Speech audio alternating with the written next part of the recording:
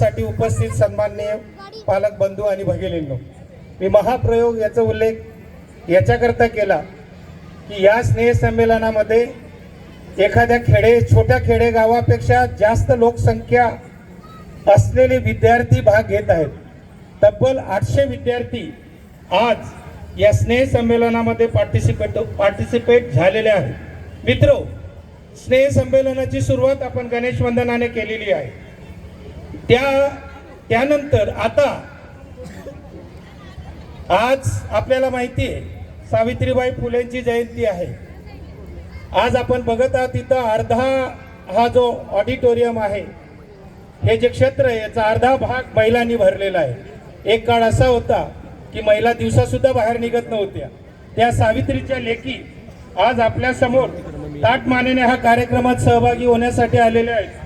त्या सावित्रीबाई फुलेंवर मी सावित्री बोलते या विषयावर एकांकिका सादर करण्यासाठी, वन्याक प्ले सादर करण्यासाठी, नाट्यछटा सादर करण्यासाठी, एक पात्री प्रयोग सादर करण्यासाठी ज्या प्रमुख अतिथी, वक्त्या, कलाकार यांना आपण आमंत्रित केलेले आहे, त्या ज्यांच्यामध्ये अशा प्रकारची प्रतिभा ठासून ठासून भरलेली आहे, त्या डॉक्टर प्रतिभा जाधव या लासलगाव येथील कला, वाणिज्य आणि विज्ञान महाविद्यालयाच्या मराठी विभागाच्या विभाग प्रमुख आहेत. त्यांनी या शिक्षण क्षेत्राची सुरुवात एका पदविकेने, शिक्षण क्षेत्रातल्या पदविकेने केली. पदविका, MA, BEd, MAd, त्यानंतर PhD, शिक्षणशास्त्र विषयातच PhD एवढं अगाध ज्ञान प्राप्त केलेलं आहे. म्हणजे एका प्राथमिक शिक्षिकेपासून सुरुवात करत PhD मार्गदर्शक, विद्या वाचस्पती ज्याला आपण म्हणतो, एवढं मोठं ज्ञान त्यांनी प्राप्त केलं, एक टायटल प्राप्त केलं आणि त्यांच्या अंगी असलेल्या कलागुणांना वाव देत ते प्रख्यात व्याख्याता, निवेदिका, एक पात्री कलाकार, विविध दूरदर्शनच्या विविध चॅनल्सवर विविध कार्यक्रमांमध्ये सहभाग, नियमितपणे व्याख्यानं देणे, मुलाखती देणे, असंख्य पुस्तकांना प्रस्तावना देणे, अनेक पुस्तकं लिहिलेली आहेत. ग्रामीण भागातील खेड्यापाड्यामध्ये आणि शहरी भागातील अनेक कॉलेजेसमध्ये या प्रयोगाच्या माध्यमातून सावित्रीला घराघरात पोहोचवणाऱ्या प्रतिभा जाधव आपल्या प्रयोगाच्या माध्यमातूनच आपल्या समोर येत आहे. धन्यवाद.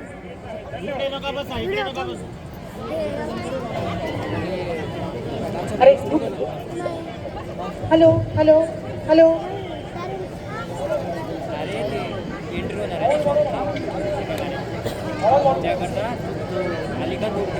हॅलो हॅलो हॅलो कुणाची वाट पाहताय पोरासनो? माझ्या माय बहिणींनो, कुणाची वाट पाहताय तुम्ही? कोण येणार आहे तुम्हाला भेटाय आज? ठाव आहे का? हाय ठाव तुम्हाला? आज तुम्हाला भेटाय येणार आहे तुमची लाडकी साऊमाय.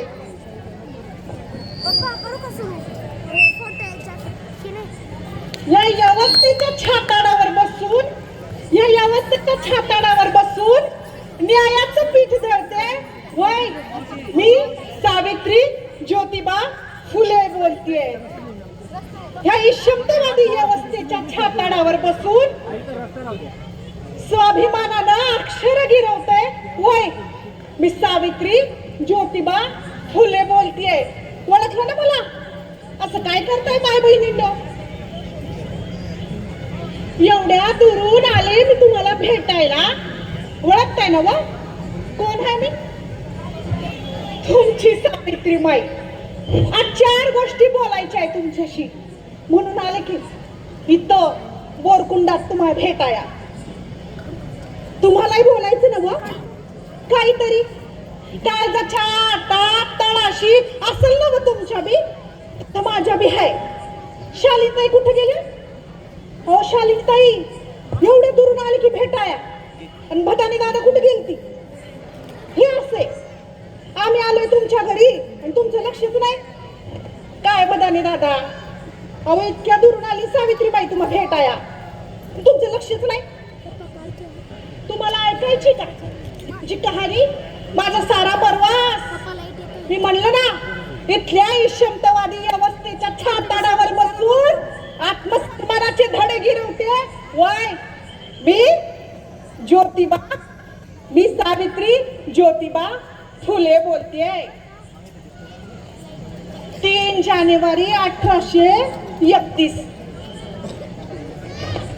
साताऱ्याच्या खंडोजी पाटलाच्या घरी नायगावी झाला माझा जन्म. बाळ एवढे लाडकोड माये, एवढे लाडकोड. बाप्पार जीव लावला मला, मायनं बिली जीव लावला, लाडाकोडात वाढवलं मला. बर कर तवा जवळ जवळ 250 वर्षापूर्वी माझ्या जन्माच्या दिवशी माझ्या बापानं गावभर साखर वाटली. माझ्या बापानं गावभर साखर वाटली पोर जन्माला आली म्हणून. आणि बाय आज काही प्रचित्र बघताय मी, पोरी तर पोटातच मारायला लागले तुम्ही. माझ्या बापानं माझ्या जन्माच्या वक्ती गावभर वाटली साखर आणि तुम्ही मारायला लागले पोटातच पोरी. काय स्त्रीभ्रूण हत्या का काय म्हणता ना ते करताय तुम्ही. ऐक बाय, लहान लहान लेकरं पडते तू किरड्यावर, लहान लहान लेकरांचे घेते जीव. मग झाले की पोरींची संख्या कमी वाढली ना अत्याचार. हेच सांगाय आले मी आज तुम्हाला, हेच सांगाय आले. 3 जानेवारी 1831 तुम्हाला ऐकायचं ना मला. मग मला शांतता पाहिजे. शांतता जोपर्यंत होत नाही तोपर्यंत मी बोलत नसते. मला एकाचा बी आवाज नको. इथं शांतता असेल तेव्हाच मी बोलणार. शेवटी येतोय का माझा आवाज? येतोय? बसार बसार खाली बसार. माझे पाय दुखत्याला नाही तर खाली बसा. मास्तरजी आणि मास्तरांना पहा बरं, काय बोलतात हे लोक. एवढं काय बोलायचं असते तुम्हाला? एवढ्या दुरून माई आली, तिचं ऐकायचं सोडून काय बोलते? न्यायचं का प्रयोग पुढं? प्रयोग पुढे न्यायचंय का? एका शब्दात होकार आला पाहिजे. प्रयोग पुढे न्यायचा का?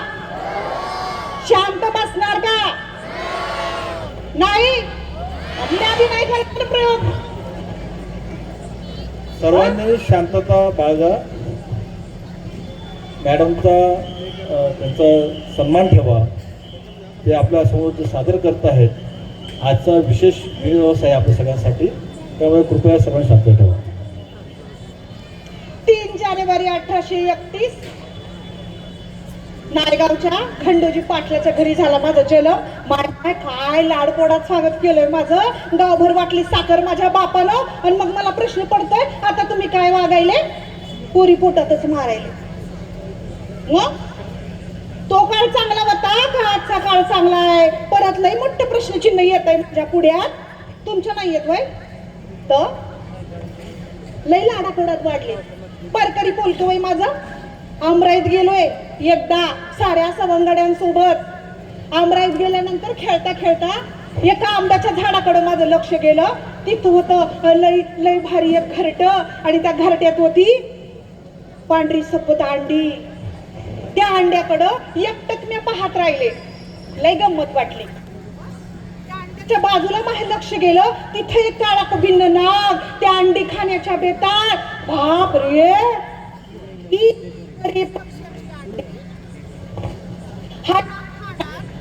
म्हणजे त्यांच्यावर आणण्यावच की. आणि हा अंड्यावर मी होऊ देणार नाही.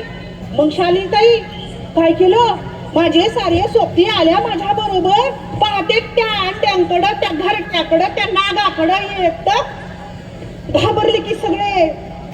मी आज आजची हल्ली नाही, मी आज आजची हल्ली नाही. मग काय केलं मी, अरे गरीब पक्ष्यांची अंडी हा ना खाणार म्हणजे त्यांच्यावर आणली हवंय.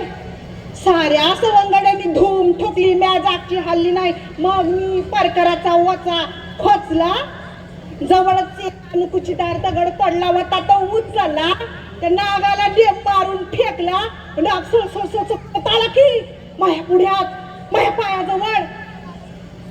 मी हलते वय, मी अजाबात जागची हल्ली नाही. मग जवळच एक लाकडाचा दांडा पडला होता, तो दांडा मी उचलला. दना दना दना दना त्या नागावर वार करायला लागले. वार करता करता म्हणत होते, सोकवलास वय, परत त्या गरीब पक्ष्यांची अंडी खाशील वय. आणि मग थोड्याच वेळानं आली ना बाई, गलबल गलबल गलबल ऐकू. गावाकडून सारे माझे मैतर घेऊन आले आई बापाला. त्यात माझा बाप बी खंडोजी पाटील हो आजी. त्यात माझा बाप बी खंडोजी पाटील. आणि म्या असे केसी खुरलेले, परकराचा वचा खोचलेला, डोळ्यात आग, आणि पायाजवळ काय मरून पडल्यालं, नाग मरून पडल्यालं. सारे आले. परत बाप तर पाहतच राहिला. एकदा नागाकडं आणि एकदा साऊकडं. माझ्या मैत्रांना वाटलं आता सावला नाग चावला असेल, पण माझ्या पायाजवळ पडलेला तो नाग जीव गेला. बापानं माझ्याकडे एक नजर टाकली. त्याच्यात कौतुक होतं का काय कुणास ठाऊक, पण बाय तो काळ बायांचा उघड कौतिक करण्याचा नव्हता. आत्ताचा मी कुठे, तो काळ बायांचं उघड कौतिक करायचं नव्हता. आत्ता मी कुठे उघड कौतुक केलं जातं. बोलणारी बाई कुणाला आवडती वय, खरं बोलणारी बाई कुणाला आवडती वय.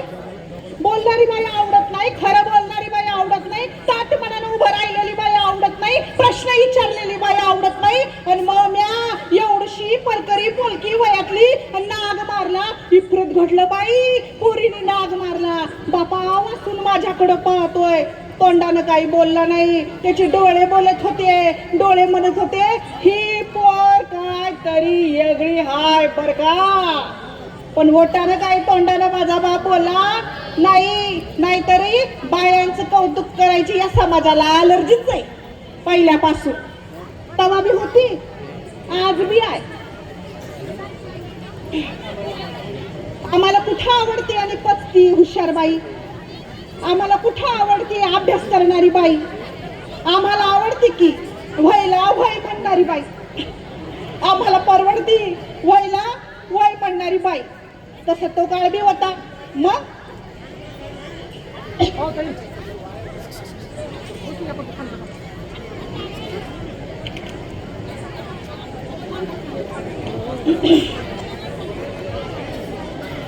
अरे बसा रे, सारे बसले का मग पुढे जाऊया. हे असं मध्ये कलकल ऐकू आलं तर कसं बोलणार सावित्रीबाई तुमच्याशी, सांगा तर.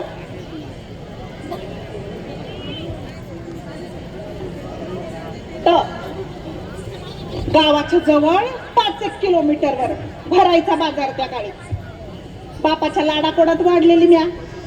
बापाने दिले पैक हातात, पैक घेऊन धूम पळत सुटले बाजाराला गेले, खाऊ घेतलाय. हा बर का आजी.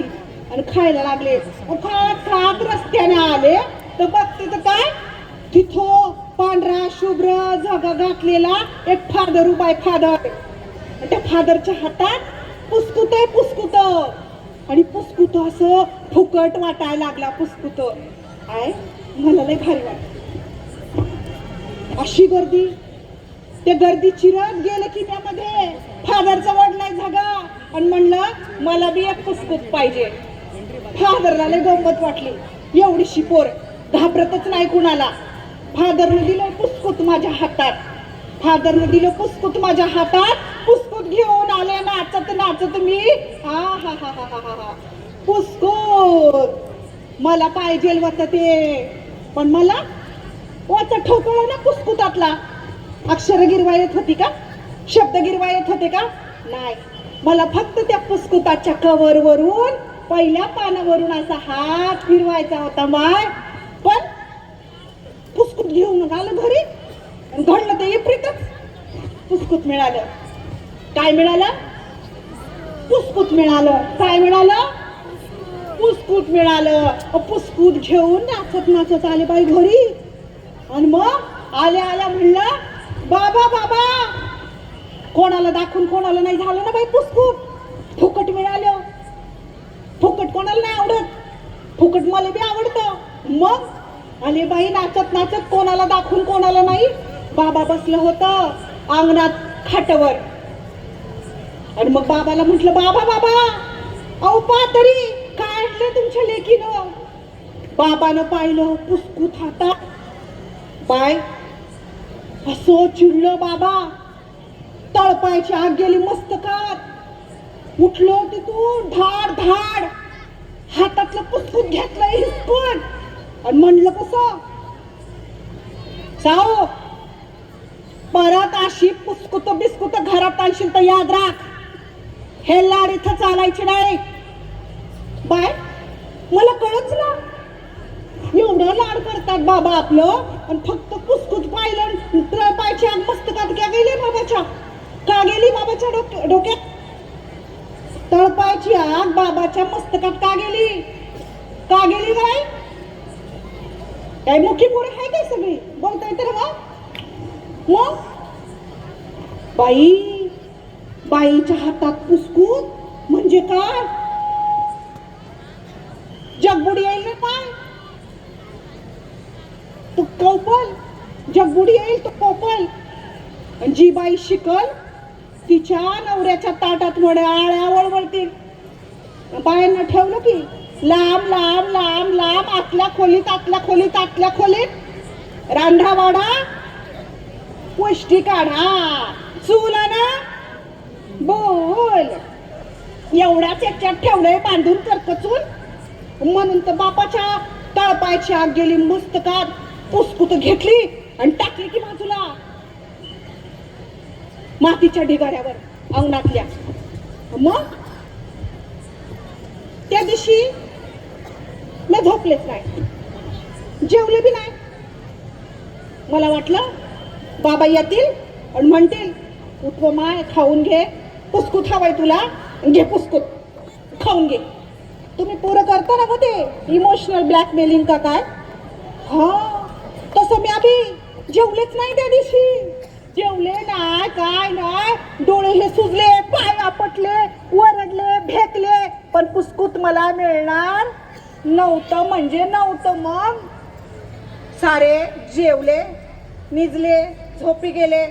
मला कायची झोप येते? म्या कानुसा घेतला, सारे झोपी गेले. खोलीतून बाहेर आले, अंगणात आले, मुख्य दरवाजा उघडला. कुठं गेले गेले की त्या मातीच्या ढिगाऱ्याकडं गेले. उचलली पुस्कुटा, पाहिली डोळ भरून, काळजाजवळ खवठाळली. पुस्कुट, मला हेच पुस्कुट पाहिजे होतं. पुस्कुट घेतलं. पुस्कुटाचं माझं काय नातं होतं बाय? मला येत होते का अक्षर गिरवाया? मला येत होते का शब्द गिरवाया? मला येत होतं का वाचता? येत होतं का लिहिता? काय येत नव्हतं. पण या पुस्कुटाचं माझं लय गैर नातं होतं. आता कळतंय ना तुम्हाला काय नातं होतं पुस्कुटाचं माझं? पुस्कुट उचलली, घडी केली, परकराच्या ओछ्यात लपवली, घरात आले, आडगळ शोधली, आणि आडगळीत सुरळी करून टाकली खोचून. येता जाता पायची बाई पुस्कुट, पण पुस्कुट मला मिळणार नव्हतं. इथं माझ्या बापाच्या डोक्यात मात्र काहीतरी वेगळंच चाललंय. बापाला वाटलं पोर हाताबाहेर चालली का काय पुस्कुट आणती, काय रडती भेटती. नाही इथं लगीन लावून द्यायला पाहिजे. बाय माझं वय होतं 8 वर्षाची होते आणि 12 वर्षाचं ज्योतिबा. 8 वर्षाची म्या आणि 12 वर्षाचं ज्योतिबा. गोविंदराव गोरे यांचं लेवत आणि माया. ठरलं बाई लग्न. मला काय कळत होतं संसार, लग्न बिग्न काय नाही. लग्नाचा दिवस उजडला. मी नेसले होते बनारसी जांभळ्या रंगाची.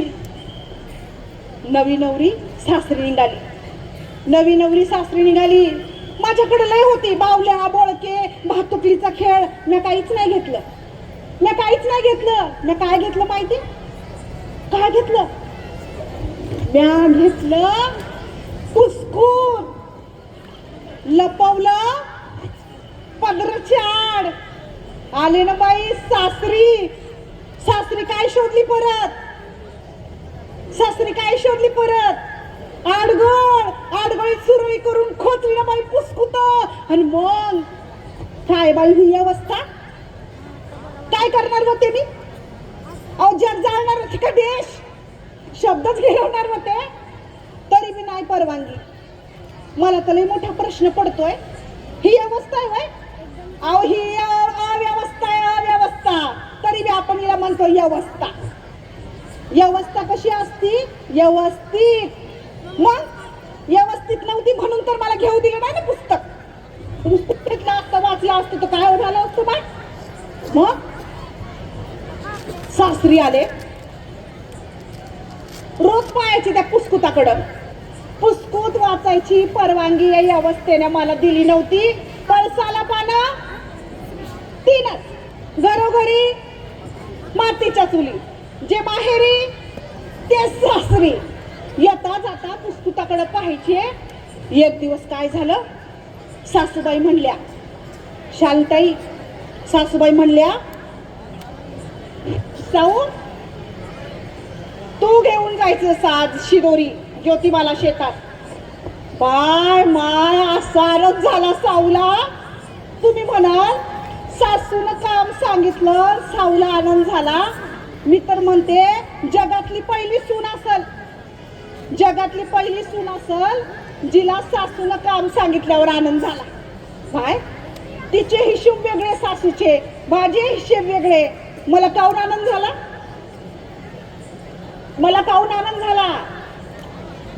व्या म्हणलं होय करतेच काम आता. मग घेतली टोपलीत ठेवली भाकर. शिदोरी बांधायची ना वा शेतात न्यायला. शेतात कशात नेताय शिदोरी? डबे बिबे असतात होय तेव्हा नव्हते. टोपलं घेतलं, टोपल्यात आथरलं उपरण्यावर टाकली भाकर, भाकऱ्यावर टाकलं भाजीवर टाकली पुन्हा भाकर. आणि मग आडगळीतलं पुसकूत बाहेर काढलं आणि पुसकूत टाकलं भाकरीवर. त्यावर टाकली पुन्हा भाकर. चारी कोपरे करकचून बांधले आणि घेतली ना माय शिदोरी डोक्यावर आणि चालू लागली ना माय. मी शेताकडं आले. आता काळजाचे ठोके धाड धाड धाड वाजायला लागले. धक धक धक वाजायला लागले. मनात लय चल विचल माय माझ्या. आणि अशात ज्योतिबा समोर येऊन ठेपले. म्या शिदोरी टोपली खाली ठेवली आणि भाकर वाढायला सुरुवात केली. ज्योतिबा तिकडून आला हात धुवून जेवाया. आणि म्या शिदोरीतून भाकर वाढली, भाजी वाढली, भाजी वाढली. पहिलाच घास ज्योतिबानं हातात घेतला. हातातला घास हातात आणि म्या काढलं भाकरी खालून गपचूप पुसकूत. म्या काढलं हातात भाकरी खालून गपचूप पुसकूत. बाया ऐकायचं ना व तुम्हाला?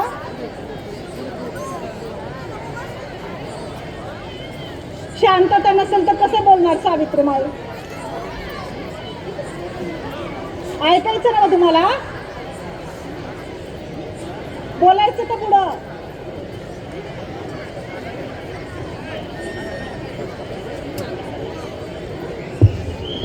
आप लोग इतना आवाज क्यों करें? आवाज करने का जरूरत है क्या? सुनना चाहिए कि नाही? लई लोक कान देऊन ऐकते. 2-4 हाय बर. म्या भाकरी खालून पुस्तक काढलं. एक नजर ज्योतिबाची माझ्याकडं, एक पुस्तकाकडं, एक नजर माझ्याकडं, एक पुस्तकाकडं. आता माझ्या काळजाचे ठोके धाड धाड धाड वाजायला लागले. बाई ज्योतिबा जर म्हणलं शिकायचं नाही कुसकुत कशाला आणलं तर इथं सगळं संपलं.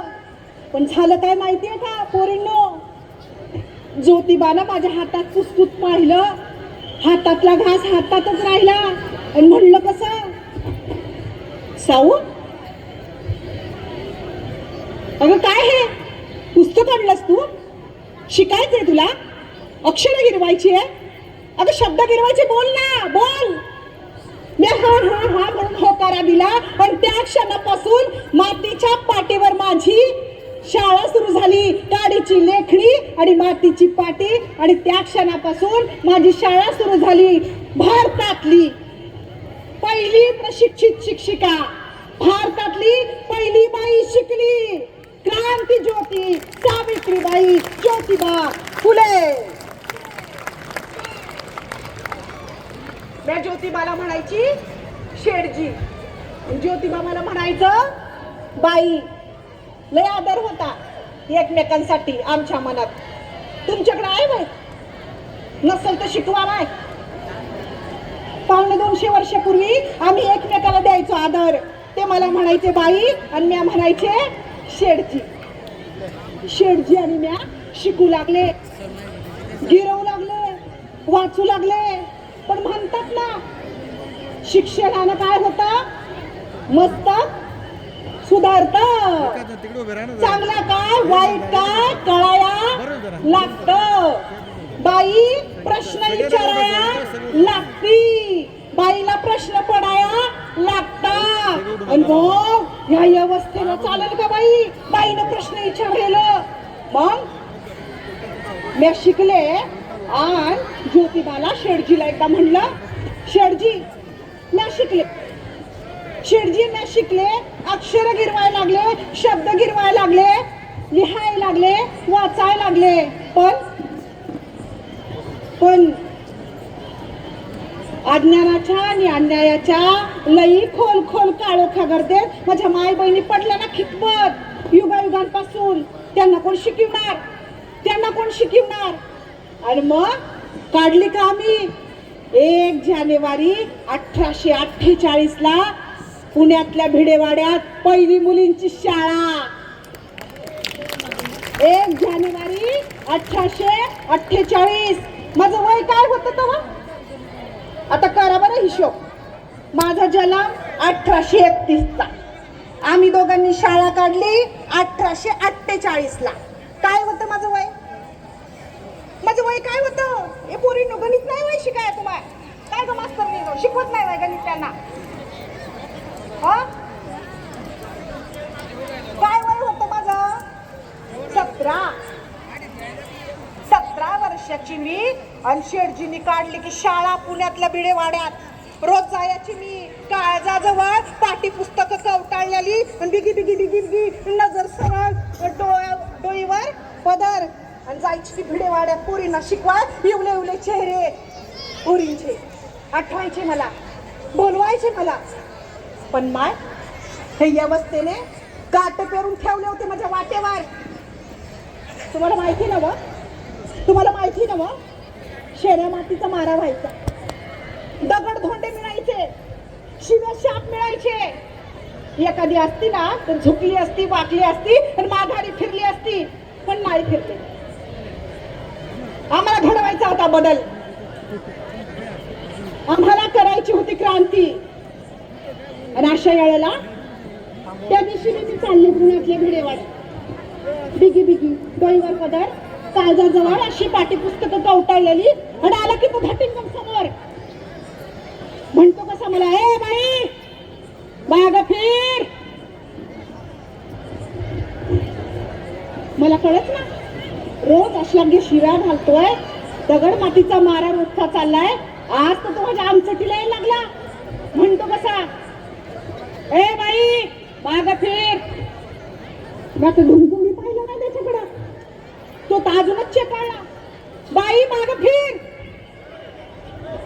मी त्याच्याकडे ढुकून मी पाहिलं नाही. तेव्हा तो जवळ आला, अजून जवळ आला, अजून जवळ आला, आमचटीला यायला लागला. आणि मला समोर उभा राहून म्हणतो कसा, ए बाई माग फिर, नाही तर बाहेर रस्त्यात तुला बेआबरू करीन. भर रस्त्यात बेआबरू, थांबलेली मी थांबले. डोईवरचा पदर खाली घेतला, काळजाजवळ कवटाळलेली पुसकुट वट्ट्यावर ठेवली, पदर खोचला कमरेला, धाड धाड धाड चालत त्याच्या समोर ठाकली उभी. त्याच्या डोळ्यात डोळे घालून पाहू लागले. साऱ्यांनी श्वास रोखले आणि दिला की मी त्याला सणसणीत थोबाडीत मी दिली त्याच्या सणसणीत थोबाडीत लावून. आणि तशीच गेले पुण्यांदा. पाटी पुस्तकं घेतली काळजाजवळ, धाड धाड धाड काळीज म्हणत होतं. पाटी पुस्तकं घेतली, पुण्यातल्या भिडेवाड्यात गेले, पोरींना शिकवलं. तवर गावभर पुण्यात चर्चा झालेली त्या माळ्याच्या पोरनं त्या झटिंगणाच्या थोबाडीत वाजवली म्हणून. पोरींना शिकवून घरी आले. कोणीच माझ्याशी कोणीच नाही. मी काय चूक केली होती वाय? एखादा धटिंगण उद्या तुमच्या पुढे येऊन म्हटला की तुझ्या आबरूवर घाला घालतो म्हणून तुम्ही ऐकून घ्याल वाय? मी कशी मग घरी पोहोचले, कोणीच माझ्याशी बोलना, कोणीच नाही. काळजाचे धाड धाड ठोके वाजताय, मनात लय चलबिचल आहे. अशा वेळेला कोणीच बोलना. माणसाचं कसं होतंय मन? अरे शिव्या द्या नाही तर शाप द्या पण बोला माझ्याशी. तसंच माझं झालं. अरे मी काय चूक केली होय? तो माझ्या आबरूवर घाला घालत होता, मी ऐकून घ्यायचं होतं. आणि कोणीच बोलना घरात, कोणीच बोलना. अशा वेळेला एक हात माझ्या खांद्यावर आला. कोणाचा होता माहितीये? कोणाचा होता? तो हात होता माझ्या शेठजीचा. आणि शेठजीचा हात खांद्यावर आला, तो अंधार चिरत. आणि त्या पाठोपाठ एक वाक्य आलं, ते जगातलं सगळ्यात सुंदर वाक्य असेल. एका बाईसाठी पुरुषाने उच्चारलेलं, एका बायकोसाठी एका नवऱ्यानं उच्चारलेलं. काय वाक्य होतं माहितीये? ते वाक्य होतं, अशीच वाघासारखी जग, वाघासारखी. म्हणून म्हणते माय बहिणींनो, तुमच्या आयुष्यात बी एक ज्योतिबा पाहिजे. प्रत्येकीच्या आयुष्यात पाहिजे एक ज्योतिबा. तो नवराच असेल काय गरजेचं नाही. माय तुमच्या आयुष्यात आहे व्हय तुमचा ज्योतिबा? अजून कोणाकोणाच्या आयुष्यात आहे ज्योतिबा? नसल तर साववायचा प्रयत्न करा, त्याला ज्योतिबा करायचा प्रयत्न करा. बदलवा, क्रांती तेव्हाच घडल. बदल गरजेचा आहे. आणि तो कोण बदलणार? बदल कोण घडवणार? आपण. ह्यो नाही त्यो नाही. बदलाची सुरुवात कुणापासून करायची?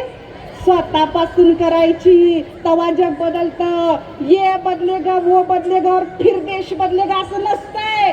हम बदलेंगे तो देश बदलेगा असं असतंय माहितीये. मग त्या दिवशी आम्ही शाळेत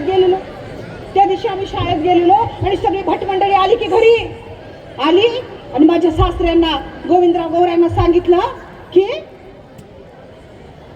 तुझ्या लेकीनं आणि सुनेने जी काही थेरं लावली आहे ती थेरं बंद कर. पोरी डाडी बहुजनांना शिकवण्याची. तुझ्या लेकानं आणि सुनेनं हे जे काम चालवलंय थांबवायला सांग, नाहीतर तुझ्यावर आणि तुझ्या कुटुंबावर आताच बहिष्कार टाकतो आम्ही. मग त्या दिवशी आलो आम्ही शाळेतून. शाळेतून तसं मामंजी म्हणलं, तिथंच थांबा. उंबरा ओलांडायचा नाही घरचा, तिथंच थांबा. तुमच्या पुढ्यात दोन पर्याय ठेवतो. तुमच्या पुढ्यात आज दोन पर्याय ठेवतो. एक तर घर सोडायचं, नाहीतर समाजकार्य सोडायचं. आम्ही भांबावल्यानं गेलो बघतोय, ही वेळ कधीतरी येणारच आहे. मग ज्योतिबा शेठजीनं आणि म्या सोडलं नेसत्या वस्त्रांनी शिखर आणि गेलो गंजपेठेत गेलो. फुलेवाडा दिमा फातुबा आहे ना, त्या गंजपेठेत गेलो. उस्मान शेठनी आणि त्याच्या बहिणीने फातिमा बीनं दिला आम्हाला आसरा आणि तिथून केलं सुरू काम. एके दिवशी सकाळी ज्योतिबा बाहेर गेलेलं, दुपारी परतून आलं. मी बसले गोधडी शिवत, गोधडीला टाके घालत बसले आणि तेवढ्यात ज्योतिबा आलं.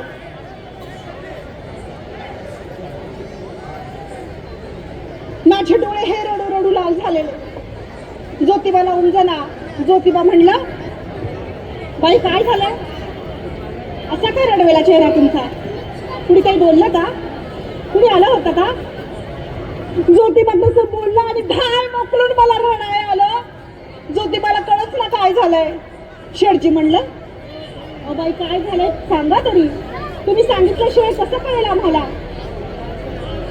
मी डोळे पुसले आणि शेठजींना म्हणलं, शेठजी सकाळी कचरा टाकायला गेले होते कचरा कुंडीत, आणि तिथे त्या कचरा कुंडीत नुकतं जन्माला आलेलं अर्भक टाकलं होतं माय, आणि त्या अर्भकाचे लचके कुत्रे तोडत होते, रक्तबंबाळ झालेलं ते अर्भक पडलेलं. शेठजी शेठजी त्याचे आई बाप कुठे गेले शेठजी, त्याला का टाकलं असं कुत्र्याच्या तोंडी, त्याचे आई बाबा कुठे गेले, त्या पोराचा काय दोष. शेठजींनी डोळे मिटले, एक दीर्घ श्वास घेतला आणि म्हणले, बाई हा समाज बाईला धड जगू देत ना मरू देत. बालाजरट विवाह होतो, ती फार लहान असते आणि तिच्यापेक्षा दुप्पट तिप्पट वयाच्या माणसाशी तिचं लग्न होतं, आणि त्याच्याशी लग्न झाल्यानंतर तो नैसर्गिक किंवा वृद्धापणी मरून जातो. ही ऐन तारुण्यात आलेली असायची आणि हिचा कोणीतरी जवळचाच नात्यातला उपभोग घ्यायचा किंवा हिचं पाऊल वाकडं पडायचं, आणि त्यातून जन्माला आलेलं बाळ हे असं कचराकुंडीत टाकलं जातं. काय माझं काळी तडपायला लागलं, ते लहान लहान लेकरांचं काय दोष. नाही नाही नाही नाही नाही, या उकिरड्यावर मी अशी लेकरं टाकू देणार नाही. म्या डोळे इस्पारून शेठजीकडे पाहत राहिले आणि शेठजीला म्हटलं, शेठजी शेठजी असं कोरड्यावारी नका बोलू, ही छोटी छोटी लेकरं जगवायची, आपण हे जगवायची, हे पोसायची, हे मोठे करायची, मरू द्यायचं नाही त्याला शेठजी, मरू द्यायचं नाही. 1853 मध्ये माझ्या राहत्या घरात, आमच्या राहत्या घरात आम्ही बालहत्या प्रतिबंधक गृह आणि विधवाश्रम सुरू केला. अशी कोणी आडली नडलेली बाई असेल तिनं घरी यावं, सुखरूपपणे बाळात व्हावं, पोरगं यायचं नसेल नेऊ नये, पण त्याला मारू बी नाही, आम्ही सांभाळणार त्याला, आमच्या पदरात घेऊ. अशीच एक काशीबाई नावाची बामणती भेटली बाई एका पहाटी, त्या पुलावरून पुण्याच्या उडी मारणार ती. तशी मी सुसाट यगानं गेलो धावत, पकडला तिचा दंड. म्हटलं बाई काय ग, काय करतेस तू. तिला निरखून पाहिलं तर तिचा 9वा महिना भरत आला होता. आणली तिला दंडाला पकडून घरी, म्हणलं रडू नको, जीव बी देऊ नको, पोरग नाही ना पाहिजे तुला, पोरग सांभाळीन मी. केलं तिचं सुखरूप बाळणपण. असं वाय गोंडस गुटगुटीत पोरग झालं तिला, अगदी नक्षत्रवाणी सुंदर. ते पोरग घेतलं आम्ही दत्तक. त्या पोराचं नाव ठेवलं यशवंत. आणि ह्या यशवंताला घेतलं दत्तक, शिकून केलं पुढे डॉक्टर, आणि तिला त्याचा मिश्र विवाह लावून ससाण्याच्या लक्ष्मी बरोबर त्याला केला डॉक्टर. तुम्हाला माहितीये आम्हाला नव्हतं पोटचे पोरं कोणी, लय प्रेम करायचं आम्ही एकमेकावर. पण पूर्वी कसं होतं गावाची, बायकोला पोरबाळ झालं नाही तर नवऱ्याला काय सल्ला द्यायचे. पहिला बायकोला पोरबाळ झालं नाही की नवऱ्याला काय सल्ला द्यायचे, नवऱ्याला सल्ला द्यायचे दुसरं लगीन कर. पण त्या बाईला जर पोरबाळ होत नसेल तर तिला नाही म्हणायचं कोणी दुसरं लगीन कर. नवरा मेला की बाई जायची सती. मग शेठजीने हा सवाल केला होता ना व्यवस्थेला, नवरा मेल्यावर बाई सती जाती, बायको मेल्यावर नवरा सता का जात नाही जात. सगळं पुरुषांनी त्यांच्या सोयीचं बनवून घडवून घेतलेलं. धर्म त्यांनी निर्माण केले, धर्मग्रंथ त्यांनीच लिवले, बाईनी कसं वागायचं ते बी त्यांनीच लिवलं, त्यांनीच ठरवलं सगळं. आणि आम्ही मुकट करत गेलो करतो आम्ही येड्यागत उपास तपास व्रत वैकल्य 16-15 ढवळे पिवळे सगळे शुक्रवार गुरुवार सगळे करतो, खातो साबुदाणा आणि बटाटे आणि होतो जाडजूड चांगल्या. आम्हाला कुठं कळतंय काय खाल्ल्यावर काय होतंय. बाई ही बी साक्षरता यायला पाहिजे तुम्हाला. मग संस्कार म्हणून घातलं आमच्या सगळं जोळीत घालतो आम्ही कितीतरी पूजा नवऱ्याच्या मोठ्या आयुष्यासाठी घालतो ना. एक पूजा सांगा जो नवरा घालतो बाईच्या मोठ्या आयुष्यासाठी. नाही हो नाही, सगळे उपास तपासतीनं करायचे. आणि मग म्हणून तर शेठजींनी सवाल केला होता या अवस्थेला. काय सवाल केला होता? बाय ती जाती तसा माणूस स्वतः का जात नाही. मग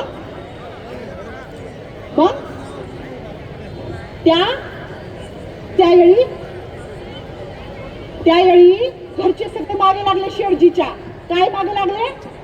तिला पोरबाळ होत नाही, दुसरं लगीन कर, दुसरं लगीन कर, दुसरं लगीन कर. शेठजी लय कावलं, लय वाईट टाकलं. आणि मग एकदा म्हणलंच कसं दुसरं लग्न करू. ठीक आहे तुम्ही म्हणता ना दुसरं लग्न करतो, रोज 30 कटकट ना दुसरं लग्न करतो. पण माझी एक अट आहे, ती तुम्हाला मान्य असेल तर दुसरं लग्न करतो. घरचे म्हणले बोल बाबा बोल, पडत्या फळाची आज्ञा, दुसरं लग्न करतो. काय अट आहे तुझी? ज्योतिबा म्हणला दुसरं लग्न करण्यापूर्वी दोघांची मेडिकल चेकअप वैद्यकीय तपासणी करून घेतो. आणि त्या वैद्यकीय तपासणीत असं आढळलं की सावित्रीमध्ये दोष आहे तर मी दुसरं लग्न करीन. पण जर असं आढळलं की माझ्यामध्ये दोष आहे म्हणून तिला मुलबाळ होत नाही तर आधी चांगला नवरदेव पाहून तिचं लगीन लावून देतो. त्या दिवसानंतर घरचे म्हणले का? त्या दिवसानंतर घरचे म्हणलेच नाही दुसरं लगीन कर, दुसरं लगीन कर. असं असतं प्रेम. नवरा बायकोचं प्रेम पाहिजे असं पाहिजे तर जीवन. लय जीव लावला मला शेठजीनं, लय जीव लावला. पण मग 1890 मध्ये शेठजी गेलं. शेठजीला आला लकव्याचा झटका. शेठजी गेलं. मी होते 60 वर्षाची, असं शेव ठेवलेलं शेठजीच्या समोर बसलेली शून्य सुन्न होऊन काही सुचना मला. आभाळाकडे डोळे लावलेलं असं शेठजीचं शेव ठेवलेलं सुचच ना मला काही. 60 वर्ष वय माझं तवा. तितक्यात भांडणाचा आवाज यायला लागला कानावर. अरे एवढा दुःखाचा प्रसंग आणि कोण भांडतंय म्हणून त्यानं जर वर केली तर तिथं यशवंत आणि माझी पुतणी यांच्यात चालली आहे भांडणं. कशाहून चालली भांडणं? प्रेताच्या समोर काय धरतात? प्रेताच्या समोर धरतात ना मडकं. त्या मडक्याला काय म्हणतात? टिटवं. ते टिटवं कोण धरणार म्हणून चालली भांडणं. आता तुम्ही म्हणाल टिटवं धरण्यावरून काय भांडणं? टिटवं जो धरतो त्या शवासमोर तो त्या माणसाच्या संपत्तीचा वारसदार. पुतणे म्हणू लागले तू यांच्या रक्ताचा ना नात्याचा, तू अनवरस संतती कोण कोणाचा, तू धरायचं नाही टिटवं. आणि हा म्हणू लागला मी कसा असलो तरी त्यांचा मुलगा होतो, मी धरणार टिटवं. भांडणं चालली वाढत. अशा वक्ती पण मला उठायला लागला, क्रांती करायला लागली. माय बहिणींनो मी उठले आणि म्हटलं बंद करा ही भांडणं, बंद भांडणं. टिटवं मी धरीन. टिटवाच्या शवासमोर मी धरलाच. पण 1890 मध्ये त्यांच्या शवाला अग्नी सुद्धा मी दिला. ही आहे क्रांती. मित्रमैत्रिणींनो याच्या पुढचा भाग सांगाया सावित्रीबाई येईल नंतर कधीतरी.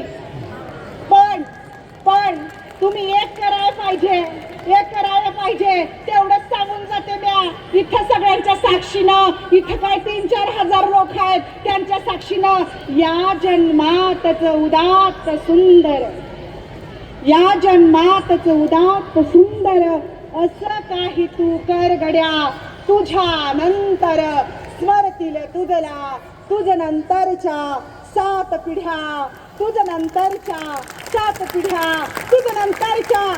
पिढ्या.